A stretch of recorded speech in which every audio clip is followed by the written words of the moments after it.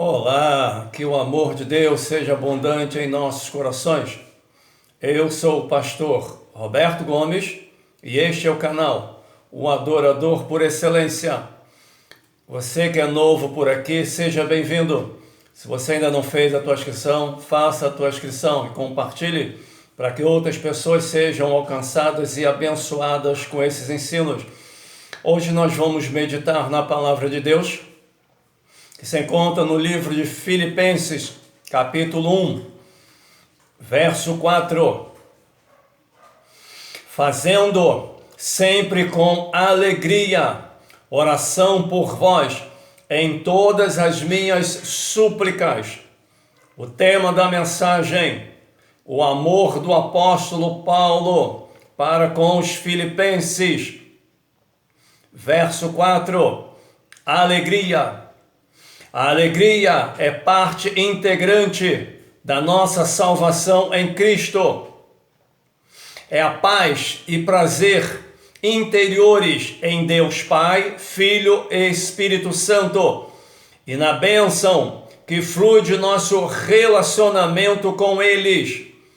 Os ensinos bíblicos a respeito da alegria incluem: a alegria está associada à salvação que Deus concede em Cristo e com a palavra de Deus. 2. A alegria flui de Deus como um dos aspectos do fruto do Espírito Santo. Nossa alegria se torna maior quando o Espírito Santo nos transmite um profundo senso da presença e do contato com Deus em nossa vida.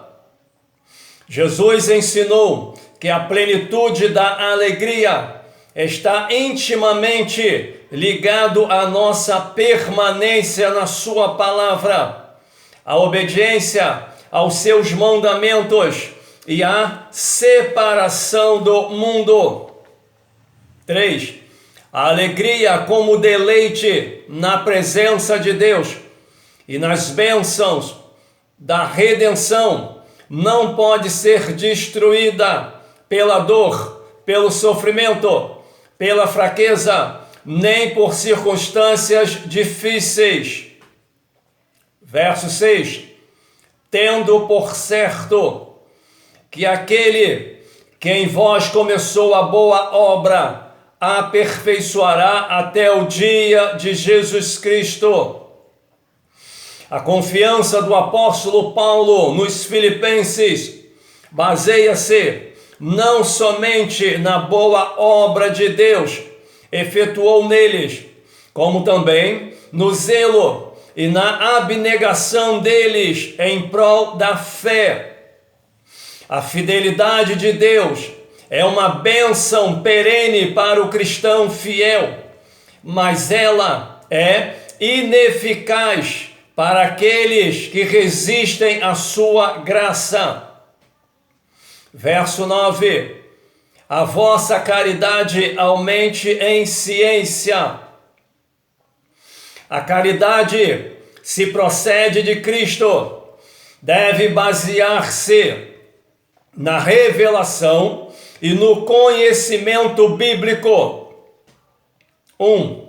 No Novo Testamento, ciência significa conhecimento espiritual e no coração, e não simplesmente no intelecto.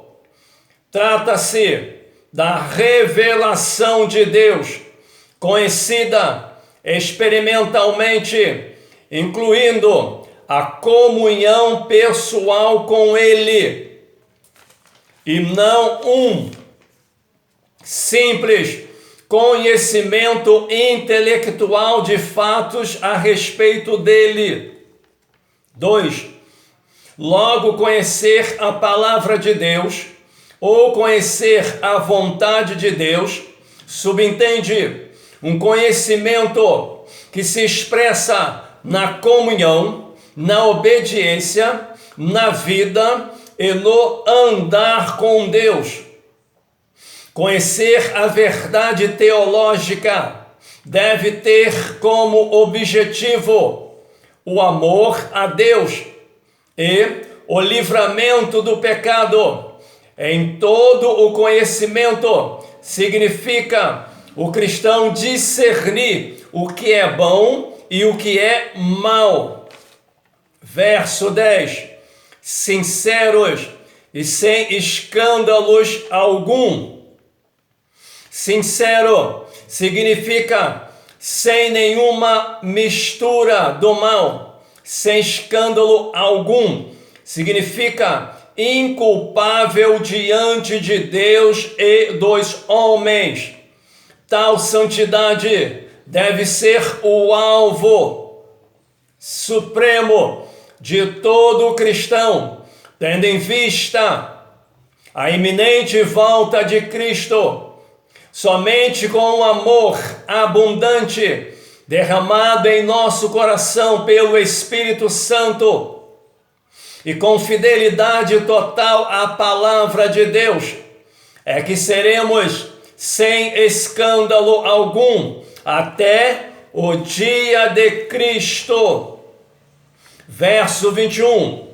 Porque para mim o viver é Cristo e o morrer é ganho. Morrer é ganho. O verdadeiro cristão, vivendo no centro da vontade de Deus, não precisa ter medo da morte.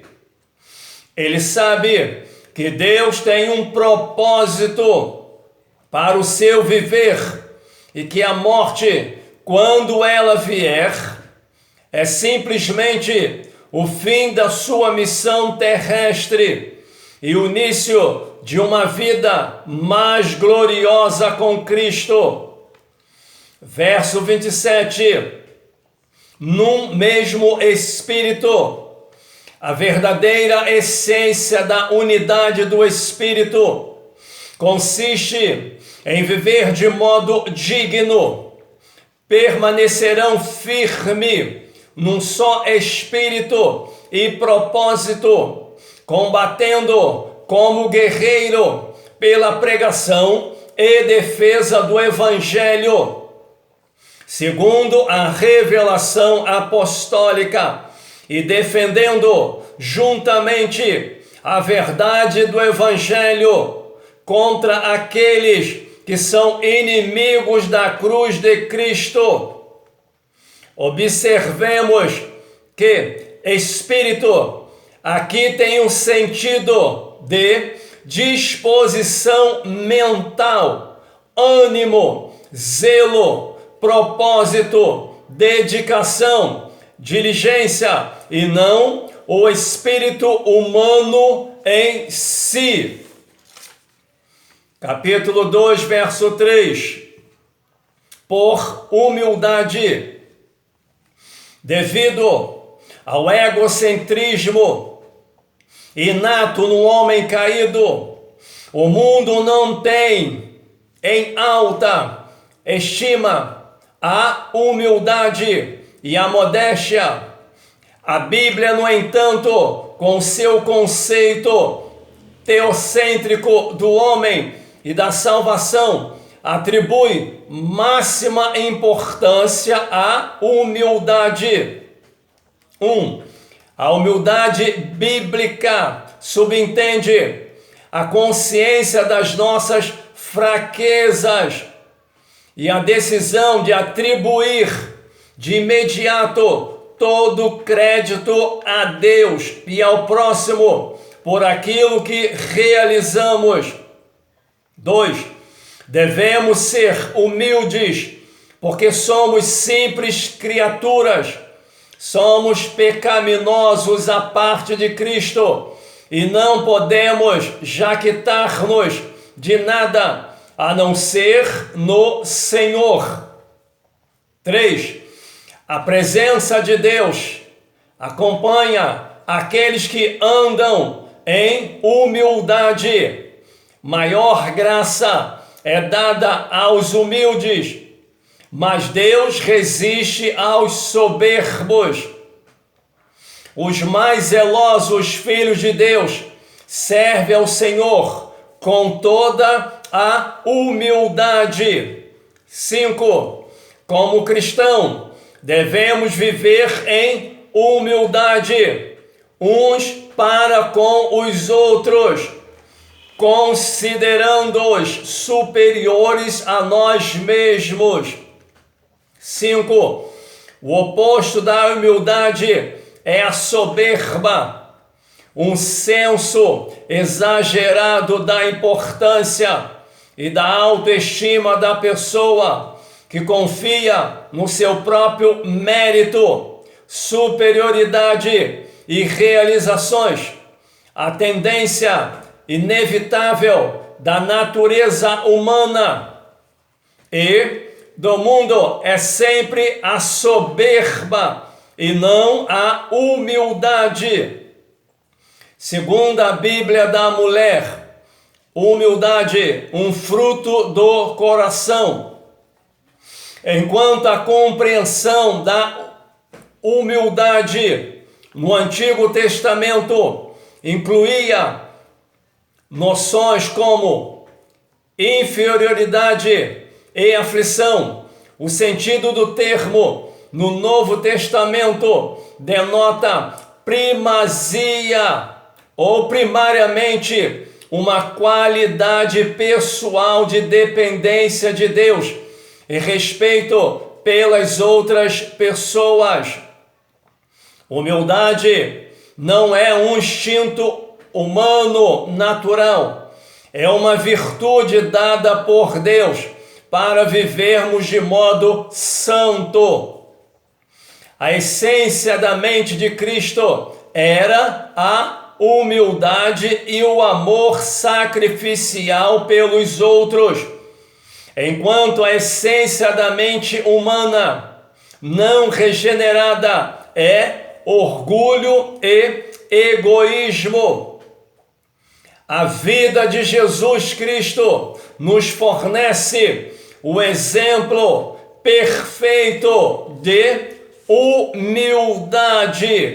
Sendo assim, os cristãos devem considerar a necessidade de humilhar-se a si mesmo para serem o que deveriam ser. Oremos. Senhor, Tu és o Deus grande e tremendo. Nós Te louvamos e Te adoramos, ó Pai, na beleza da Tua santidade, meu Pai. Eu quero Te adorar, Te glorificar, meu Pai, por mais um dia que o Senhor acrescentasse à nossa existência, Pai.